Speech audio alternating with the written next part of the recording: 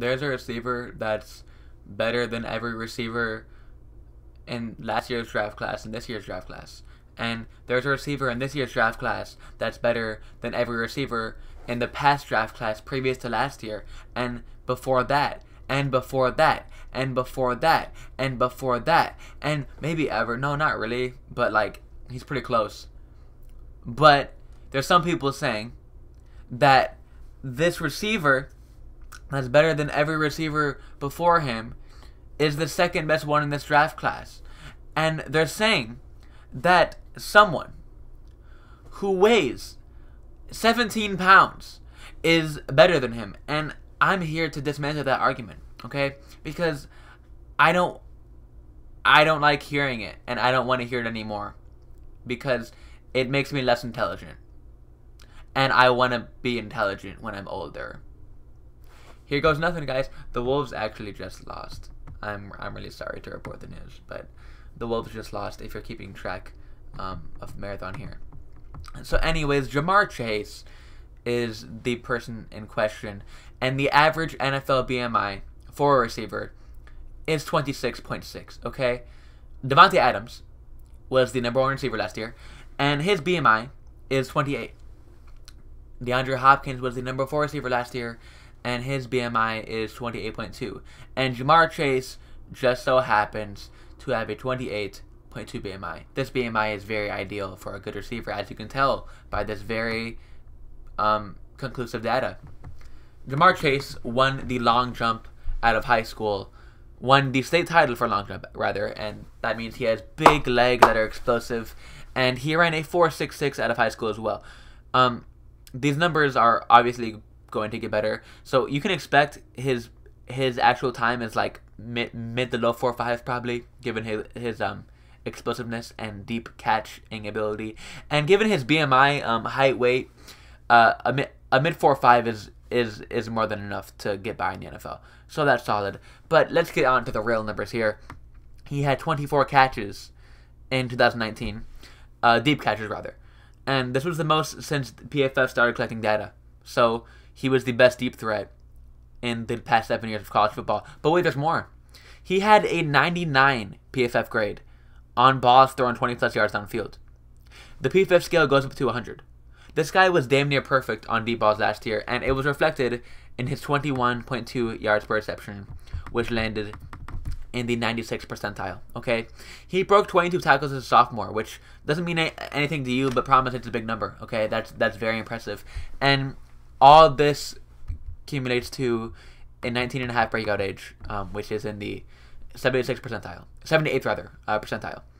And he does all this with the best rookie receiver we've seen in multiple years, Justin Jefferson. He outproduces Justin Jefferson while he's younger, and he's an underclassman, and this is very impressive, okay? But despite all this, despite all of these records being broken and deep balls and BMI and everything awesome, Devontae Smith is supposedly better than him. Well, let's dig into some Devontae Smith stats, okay? Smith's BMI is approximately 22.5.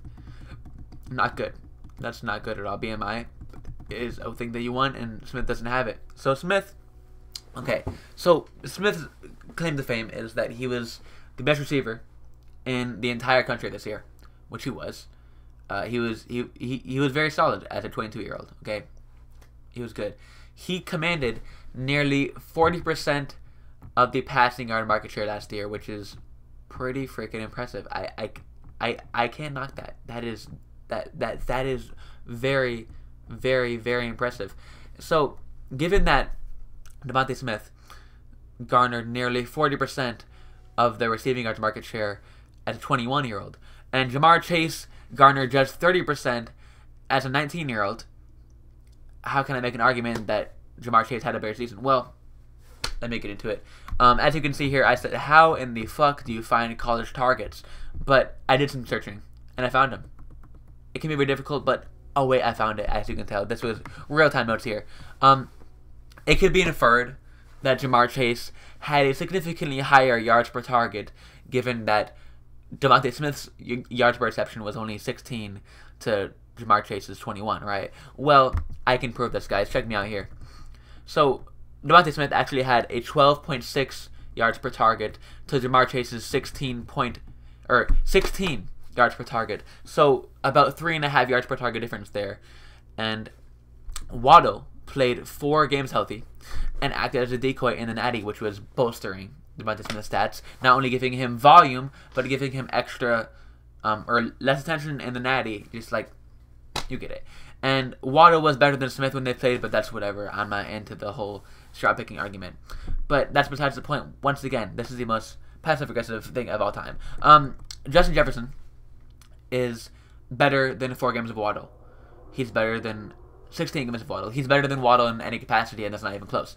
Terrence Marshall is likely better than John Mitchie. Marshall is probably going to get more draft capital than Mitchie is next year. So that's the thing. And Clyde Edwards-Helaire is a better pass catcher than Najee Harris. So no matter how you slice it, Ja'Marr Chase was dealing with more competition at LSU than DeVonta Smith was at Alabama. And it wasn't particularly close, okay? So given that Ja'Marr Chase averaged 3.6 yards per target more than DeVonta Smith did, and he had a 10% less market share, but, like, okay, so if you're taking the market share and you're, like, doing math with it, and then you're taking the yards per target, like, it almost balances out. Like, what Chase lacked in market share, he made up for in efficiency, right? And then considering the competition, you can twist an arm and say that Ja'Marr Chase's season was more impressive than... Shut the fuck up, Trains. Guys, like I was saying earlier, don't live in Indiana. They're awful, and I hate it so much. I don't want to live here anymore. It's so awful. Anyways, you can twist your arm and say that Ja'Marr Chase had a more impressive campaign as a sophomore than DeVonta Smith did. Oh, and he did this at age 19 versus age 21. So, yeah. Dismantled, as they would say. Fellas, the average wide receiver 1 in the NFL has a BMI of 27.16. The average receiver has a BMI of 26.6. And, like, obviously, if this is the average for a receiver and this is the average for a wide receiver 1, you want a higher BMI, right? I mean, that's just like a very ground level, like a very basic, like, just thing to show you. But, like, I mean, the data goes farther than that, right? Waddle. So, like, okay, if you're gonna say Ja'Marr Chase is worse than anyone else in this class, like, what are you gonna point to? Okay, because Waddle, he has way less size and less production. I mean, BMI is going to be as well. The production, like, injury concerns. Bateman, he was much less efficient, and I'm a huge Bateman fan, but Bateman is, like, essentially the dollar store version of Ja'Marr Chase. More, I mean, Elijah Rondell, it doesn't matter. Like, they're both small. I mean, Rondell has injury concerns, and once again, I'm a huge Rondell fan. Smith already told you that argument. Like, there's not an argument for anybody other than Ja'Marr Chase as wide receiver 1. Like, what are you doing? Guys, it doesn't have to be easy. It doesn't have to be hard, rather. Like, just focus on the things that matter, which is production at a younger age, size, like, athleticism. Like, these things are so easy. Competition, like, he checks every single box. He does. And he's on early declare. He only needed 1 year of production, essentially, to call it quits and just come in and say, hey, I'm the shit. And he is. Like, it doesn't have to be hard, guys. It doesn't have to be hard. Ja'Marr Chase is better than DeVonta Smith. He's better than Jalen Waddle. He's better than Rashad Bateman. He's better than Rondell Moore. He's better than Elijah Moore. He's better than anybody in the class. And it's not even close. He's better than CeeDee Lamb. He's better than Jerry Jeudy. He's better than Henry Ruggs. He's better than anybody in recent memory. And drafting anybody over him as a receiver would be a big mistake. I'm a proponent of drafting ETN, then Najee, 1-2. But given how generational, I hate that word, but given how special Chase is, I couldn't be mad at you for taking him ahead of one of these top 2 running backs in the class. He's my 3rd player on the board right now, and he could be higher because he is just that special. Guys, don't make it hard. Go ahead and draft Ja'Marr Chase at the 103. And if you're feeling frisky and maybe you need receivers, go ahead and take him at the 102. 101, I don't care, guys. He's that special, okay? Go ahead and take him. Surefire, stud, and the pros, okay?